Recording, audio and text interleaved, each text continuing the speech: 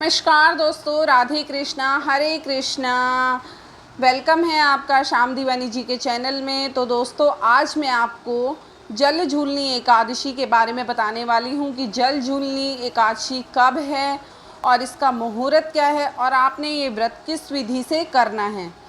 तो दोस्तों, उससे पहले आप मेरे चैनल को सब्सक्राइब कर देना, वीडियो को लाइक शेयर करना नहीं भूलना। दोस्तों, जल झूलनी एकादशी को परिवर्तनी एकादशी भी कहा जाता है और पद्मा एकादशी भी कहा जाता है। दोस्तों, इस बार जल झूलनी एकादशी 17 सितंबर दिन शुक्रवार को पड़ेगी और दोस्तों, इसे जल झूलनी पद्मा एकादशी के नाम से जानते हैं। इस दिन भगवान विष्णु के वामन अवतार के पूजन का विधान है और साथ में ही इस दिन लक्ष्मी की पूजा भी की जाती है, इसीलिए इसे पद्मा एकादशी के नाम से भी जाना जाता है। इस दिन विधि पूर्वक भगवान विष्णु का व्रत रखने और पूजन करने से समस्त पापों से मुक्ति मिलती है तथा मृत्यु के बाद बैकुंठ लोक की प्राप्ति होती है। दोस्तों, इस व्रत को रखने के कुछ नियम होते हैं जो कि बहुत ख़ास होते हैं और उन्हें निभाना पड़ता है। तो जिनका भी व्रत होता है उन्हें ये नियम ज़रूर करने चाहिए। दोस्तों, परिवर्तनी यानी जल झूलनी एकादशी के दिन भगवान विष्णु के व्रत और पूजन का विधान है। इस दिन जो भी भक्त होते हैं अपनी श्रद्धा और सामर्थ्य के अनुसार फलाहार या निर्जला व्रत रखते हैं, लेकिन आज के टाइम में निर्जला व्रत रखना बहुत ही कठिन है, इसीलिए फलाहार व्रत रखें आप। और दोस्तों, विधान के अनुसार जल झूलनी एकादशी का व्रत दशमी की तिथि से ही शुरू हो जाता है तथा इसका पारण द्वादशी तिथि पर करना चाहिए।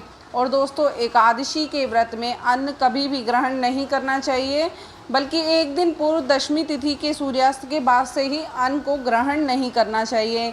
परिवर्तनी एकादशी या अन्य एकादशी के दिन भी जो लोग व्रत नहीं भी रख सकते हैं या नहीं रखते हैं, उन्हें चावल का सेवन नहीं करना चाहिए, क्योंकि कहते हैं कि चावल का जो लोग सेवन करते हैं एकादशी वाले दिन, वो समस्त कीड़े के खाने के समान होता है। और दोस्तों, एकादशी के व्रत के दिन कभी भी झूठ ना बोलें, कोई गलती से आपसे गलती ना हो, पाप ना हो कोई, या किसी भी कीड़े मकोड़े का कुछ भी ऐसा पाप ना हो जाए, इस चीज़ का ध्यान रखें। इस दिन ब्रह्मचार्य का भी पालन करना चाहिए। दोस्तों, परिवर्तनी यानी जल झूलनी एकादशी के दिन घर के किसी भी सदस्य को मांस, मदिरा और तामसिक जो भोजन होते हैं उनका प्रयोग नहीं करना चाहिए, ऐसे प्रयोग से बचना चाहिए।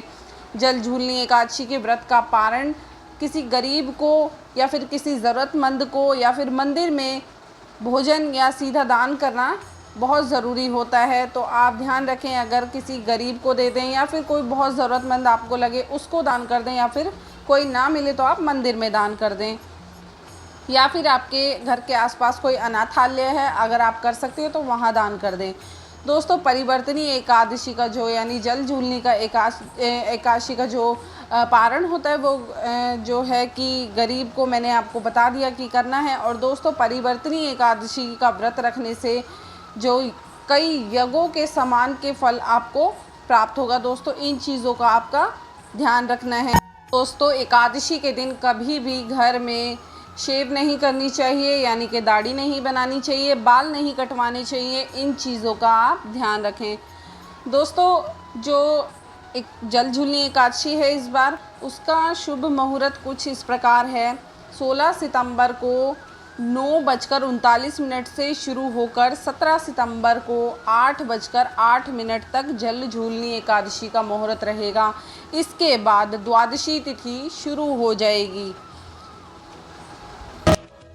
एकादशी तिथि 16 सितंबर को पूरे दिन रहेगी, लेकिन इस दिन जो सूर्योदय एकादशी तिथि है वो पड़ रही है, तो इसीलिए उदय तिथि जो है वो परिवर्तनी एकादशी यानी 17 सितंबर के दिन शुक्रवार को ही मनाई जाएगी। तो दोस्तों, आपका ये जो कन्फ्यूज़न होगा कि जल झूलनी यानी परिवर्तनी एकादशी 16 सितंबर को मनाई जाएगी या 17 सितंबर को, वो भी कन्फ्यूज़न मैंने इसमें दूर कर दिया है। तो 17 सितंबर को एकादशी पड़ेगी, आप ध्यान रखें, और 17 सितंबर को ही आप एकादशी मनाएं। उसके बाद द्वादशी तिथि जो है वो स्टार्ट तो हो जाएगी, बट लेकिन 16 सितंबर को सुबह के टाइम में एकादशी का मुहूर्त नहीं है, इसीलिए 17 सितंबर को एकादशी मनाई जाएगी। तो दोस्तों, आशा करती हूँ आपको मेरी सारी कही बातें समझ आई होंगी किस तरीके से क्या पूजन विधि है सभी कुछ। तो दोस्तों ध्यान रहे और आप भी बड़ी ध्यान से एकादशी की पूजा कीजिए। और भगवान विष्णु को पीले रंग के फूल अर्पित करना नहीं भूले। भगवान विष्णु को पीले रंग के फूल, पीली मिठाई और हल्दी मिला जल चढ़ाना है। भगवान विष्णु को गुड़ और चने का भोग ज़रूर लगाना। और इस दिन किसी गरीब को हो सके तो पीले वस्त्र का भी दान कर देना, अगर आपसे संभव हो सके तो।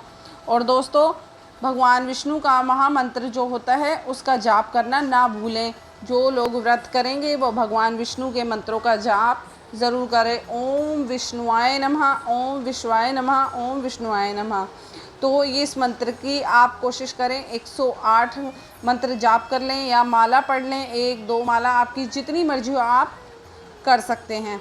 तो दोस्तों ऐसे ही आपको वीडियोज़ और भी मिलती रहेंगी। मेरे चैनल को सब्सक्राइब कर देना, वीडियो को लाइक शेयर करना। दोस्तों मिलती रहूँगी। बाय बाय दोस्तों, हैप्पी एकादशी।